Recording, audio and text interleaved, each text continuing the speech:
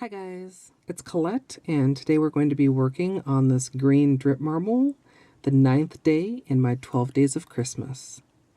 If you like nail art and would like to see the rest of the series, be sure you're subscribed to my channel, My Simple Little Pleasures, and if you'd like to see how I did this design, just stay tuned. Starting out with clean dry nails, I'm going to begin with a base coat. I'm using Ready for Takeoff, which is a peel-off base. And you can use whichever is your personal favorite. The polishes that I'm going to be using for this drip marble are Nubar Reclaim, Nubar Greener, and OPI Alpine Snow, which I'll also be using as my base color. And after I get that applied, I'll be protecting around my nails with Simply Peel.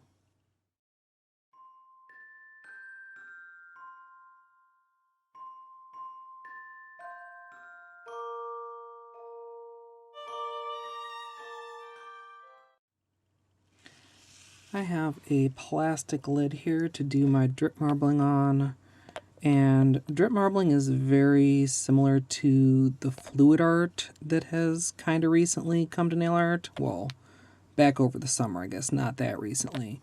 The only difference is that you are kind of intentional with how you lay out the polish rather than just pouring the polish all together. So it allows you to have a little bit more control over the final design, but it's still got a lot of randomness to it. So I'm starting out here by laying out 6 drops, and I'm doing 2 rounds of the white before adding 1 of each of the greens. And originally I was thinking that I would try drip marbling and then applying it with a stamper. And then my last stamping experience did not go so well, and I thought, maybe I better stick with making decals. And then I kind of ran short on time, and so I'm back to attempting to stamp these. But I had 2 very helpful suggestions from my viewers in the comments, and so I'm hoping with those 2 new tricks that this will go fairly smoothly. So I'm going to just finish this off with a couple more drops of Reclaim. And then what you want to do is pick up the lid and just start moving it around. And this part is obviously a little bit difficult to keep on camera, but just continue to shift the lid back and forth, side to side, until the polish is a pretty thin layer and you have a design that you like.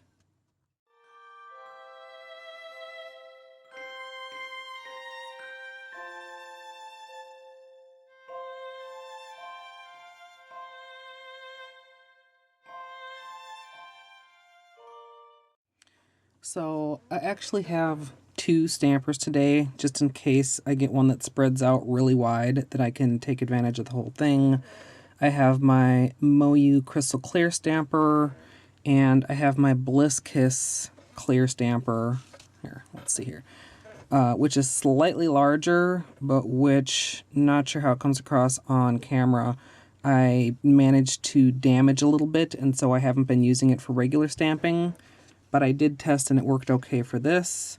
So basically what I'm going to try and do is, with a very light touch, pick up as much of this design as I can. Try to cover like the whole stamping head. So like this, but you can still see the design holds up pretty well as long as you have a light touch. Otherwise, it can tend to kind of smush and you won't get quite as nice of a pattern. So the biggest problem I had both the last times I was doing a technique with this is that I wasn't waiting long enough for the polish to dry. And for some reason in my head, I was just like, well, I just gotta eyeball it, or I just gotta time it. And I had a comment from Kristen that just said, give it a light touch, see if it leaves a fingerprint, which seems like common sense and such a good idea, and it just honestly didn't occur to me. So that's what I'm going to be doing this time. I'm still somewhat timing it so that I'm not just sitting here la-di-da and don't notice that it gets too dry, because you still want it a little bit tacky so that it doesn't like flake off of the stamper. The other problem I had was getting it to properly stick on my nails, and Dizzy Antenna commented that I should give Yellow Stopper a try. This is available at Sally's, and I'd had several people suggest it for working with pigments with normal polish. So that's what I had picked it up for, but I did go ahead and add a layer of that on top of my white, so now my nails are a little bit tacky. Not quite as sticky as I had kind of anticipated or hoped, but we'll see how it worked out. And I'm thinking it's been at least probably like a minute. I should have been paying better attention, but as I like lightly touch this, I do still see a little bit of a fingerprint, so I'm going to wait a little bit longer before I apply it on my nail, but that gives me enough time to explain how I'm also going to try and stretch this one stamper onto two nails, because it is wide enough and I did pick up enough of the design, so that should also help speed up and improve the process. And if you get enough of a design to actually do both stampers, that can really cut down on the time. And it's still a little bit wet, and you can see I smeared it a little bit there, but the design on the other side isn't going to be affected by that. So I'm just going to give this a little bit longer to set, and then I'm going to stamp it onto my nail. Okay, that seems pretty good. So what I'm going to do here is, like I said, being kind of mindful that I do want to use this on two nails. I'm going to line it up on my pinky, but I'm going to try and go as far to the side as I can before I apply it to my nail, like that. Then I'm going to lift off the stamper. Oh, it's breaking. There, that's okay. What am I going to do about this here? It kind of started trying to pull it off the stamper. Like, if you watched my last couple videos, you probably saw the nail-shaped hole that was left on the stamper after stamping. This wasn't quite that clean, but I think I do have enough left to do my other pinky. So, thankfully, I went ahead and simply peeled my right hand, and I'm just going to go ahead and stamp that onto this nail. Whoa. And that one tried to curl over a little bit too, but there. I think both of those turned out pretty good. Now, looking at this, it is kind of one thick piece here. So before I peel off my latex, I'm just going to go ahead and help it break off at the side of the nail there and at the cuticle. Otherwise, when I peel the latex, I might try to peel the design on my nail too. So let's grab a tweezers here, cross my fingers that this comes off properly, and haha, success. And repeat that same thing on my other hand here. Just go right around the edge. And then I'm going to remove this latex and repeat the whole process on all my nails.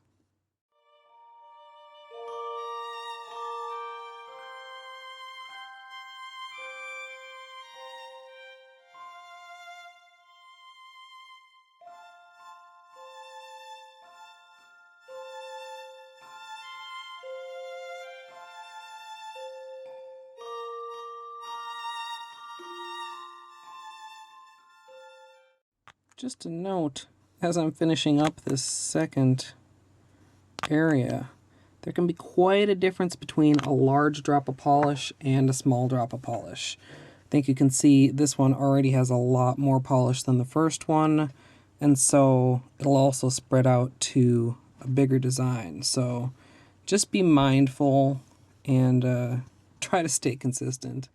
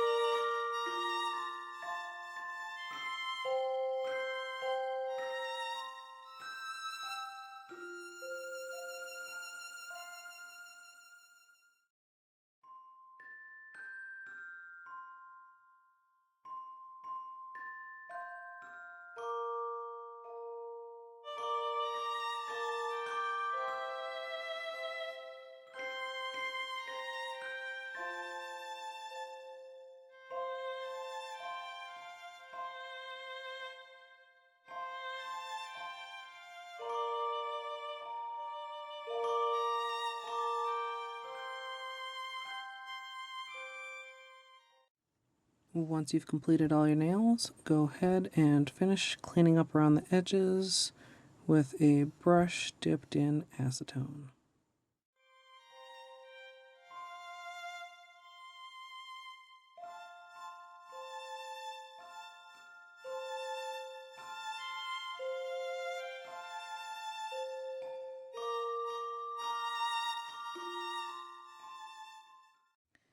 Finally, I'm going to finish everything off with a top coat, and as usual, I'm using Seche Vite.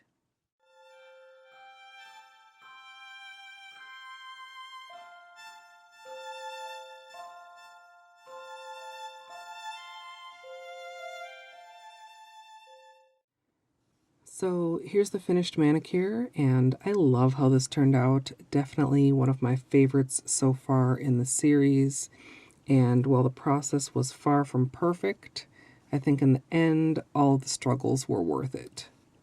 My plan to stamp more than one nail with each stamper didn't really work out, but I definitely feel like using more than one stamper is the way to go.